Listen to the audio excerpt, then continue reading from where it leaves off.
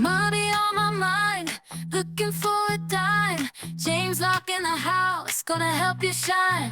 Welcome everyone to the Poole Locke YouTube channel. I'm James Locke. Today we're going to continue answering two more Ask James questions of the day.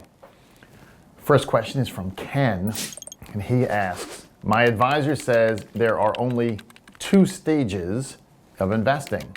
There's the accumulation stage and the distribution stage. But you've mentioned three different stages. So what is it?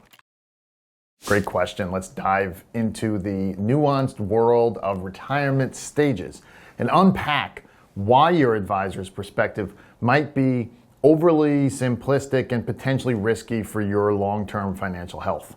Now, your advisor, I would guess, is primarily an accumulation-focused professional. This is because, or it's evident, because they didn't break down the retirement journey into the comprehensive three stages we frequently discuss: accumulation years, the critical transition years, and then the income years. Moreover, they didn't further elaborate on the income stage by distinguishing between the go-go years, the slow-go years, and the no-go years. A breakdown that reflects the evolving lifestyle and financial needs throughout retirement. The fundamental problem with this two-stage approach is the assumption of an abrupt, instantaneous transition, bang, from growth to income. It's as if they believe you can simply snap your fingers and immediately shift your entire financial strategy. But retirement planning isn't a light switch. It's a sophisticated, strategic dimmer that requires careful, gradual adjustment. Consider the potential scenarios. What if you retire on a day when markets are down? What if interest rates aren't favorable? These are real considerations that a more nuanced, three-staged approach helps mitigate. The transition years are critical precisely because they allow you to slowly and strategically reallocate assets, reducing risk, positioning yourself for sustainable income generation. Let's break down the termination because words matter in financial planning. Your advisor referred to the latter stage as the distribution stage rather than the income stage. And that linguistic choice reveals a lot about their strategic approach. When advisors use the term distribution, they're typically thinking about systematically withdrawing from a pool of money accumulated during your working years. This approach treats your retirement savings like a finite resource to be slowly depleted. In contrast, an income-first strategy focuses on generating renewable income streams through dividends, interest, and other consistent revenue sources. The goal isn't to gradually drain your principal, but to create a sustainable financial ecosystem that continues to generate funds throughout your retirement. The statistical risk here is sobering. With a pure withdrawal strategy, there might be a 90% chance of your money lasting throughout retirement. However, that also means a 10% chance, a significant risk, that you could outlive your savings. Those are odds no one should be comfortable with when planning their financial future. This approach also fails to account for the dynamic nature of retirement, the go-go years, where you're active and potentially spending more on travel and expenses. The slow-go years, with reduced activity but still maintaining an engaged lifestyle.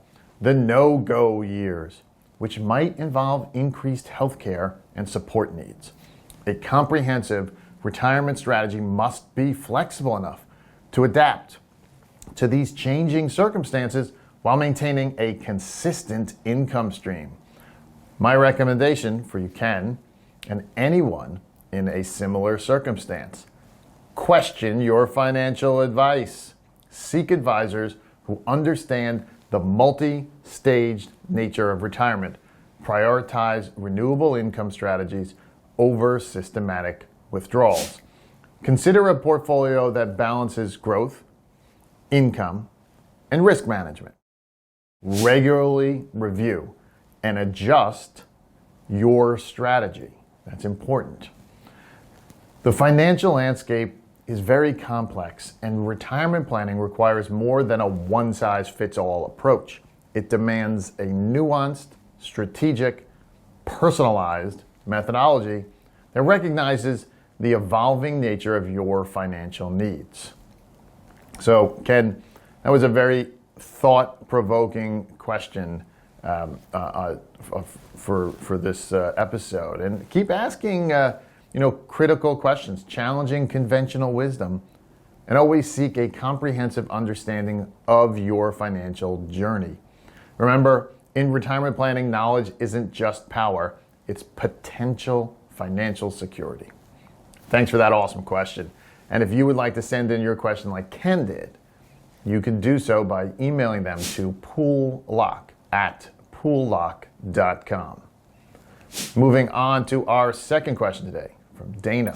She says, is it really that bad to spend principal during the go-go years, the beginning of retirement, when I know I will make up for it during my slow-go and no-go years when I'm not traveling or spending so much later on?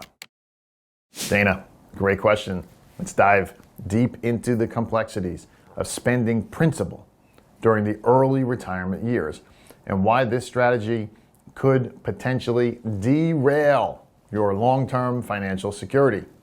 Generally speaking, I would strongly advise against spending principal, but let me provide a nuanced perspective that considers some strategic, maybe exceptions. There are rare circumstances where principal depletion might be strategically acceptable, particularly when it serves a larger financial optimization goal. For instance, if you have longevity in your family and want to defer taking Social Security to age 70, spending some principal during those initial retirement years could make sense. If you retire at 62 or 65 and spend principal for 5 to 8 years solely to delay Social Security, this approach can be financially prudent.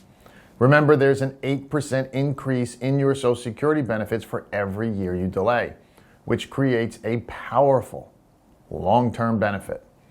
This is, in this specific scenario, once Social Security kicks in, you won't need to continue taking from the principal. And this targeted short-term principal use can be a strategic move. However, there is essentially that's essentially the only circumstance where I would consider this approach acceptable. Let's unpack the risks of your proposed strategy. You're likely thinking that after the go-go years of active retirement, your expenses would naturally decrease. You might believe that taking a bit of principal early on and then transitioning to living solely on interest and dividends is a viable plan, but this perspective overlooks several critical financial dynamics. First and foremost, inflation. Inflation is a silent, persistent erosion of your purchasing power. The longer you live, the more dramatically this impacts your lifestyle. Your income doesn't automatically adjust with inflation, which means that your fixed income becomes progressively less valuable over time. By spending principal in your early retirement years, you're potentially eliminating a crucial inflation hedge that could be vital in your later years. Consider this scenario. In your 80s, you might want or need to spend down some principal as an additional inflation protection mechanism. But if you've already depleted principal during your go-go years, that safety valve is no longer available. You're essentially trading future financial flexibility for current lifestyle enhancement. The second, and perhaps even more significant concern, is healthcare. This is where many retirement plans catastrophically fail. Your goal is likely to maintain independence, to avoid assisted living or nursing homes, and to receive care in the comfort of your own home.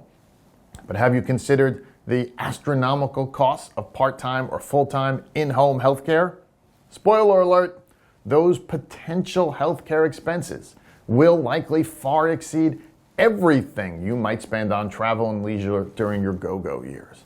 In-home care can cost tens of thousands of dollars monthly, quickly depleting resources that might have been preserved throughout more conservative spending strategies. Let's break down some strategic alternatives. Preserve principal as your ultimate financial safety net. Focus on generating renewable income through dividends and interest.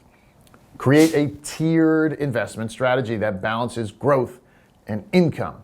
Maintain liquidity for unexpected healthcare or lifestyle needs. Consider long-term care insurance as an additional protective strategy. Your retirement financial plan shouldn't just support your current lifestyle. It needs to provide resilience and adaptability across potentially decades of changing circumstances. The fundamental fallacy in spending principal early is the assumption of predictable linear expense reduction. Retirement isn't a neat linear progression. Your slow go and no-go years might actually introduce unexpected expenses related to healthcare, home modifications, support services. I want to emphasize the only scenario where principal depletion makes sense is a carefully calculated Social Security optimization strategy. Even then, it should be minimal, targeted with a clear exit strategy. Dana, retirement planning is part science, part art. It requires strategic thinking, forward-looking perspective, and commitment to preserving your financial opportunity. Your future self will thank you for the discipline you exercise today. Thanks for this thought-provoking question. Keep asking critical questions, challenge assumptions, and continue educating yourself about comprehensive retirement strategies. Remember, in retirement planning, preservation is often more important than maximization. Protect your financial future with the same care and attention you've invested throughout your working years. Thanks for that awesome question. If you would like to send in your question like Ken did or Dana did, you can do so by emailing them to poollocke@poollocke.com. And if you like what you heard, go ahead and like and subscribe to our channel. I'm James Locke, your retirement income source. See everyone next time. Money on my mind, looking for a dime. James Locke in the house, gonna help you shine. Retirement is near, don't you live in fear. Listen up, my friend, let me make it clear. Savings in the bank.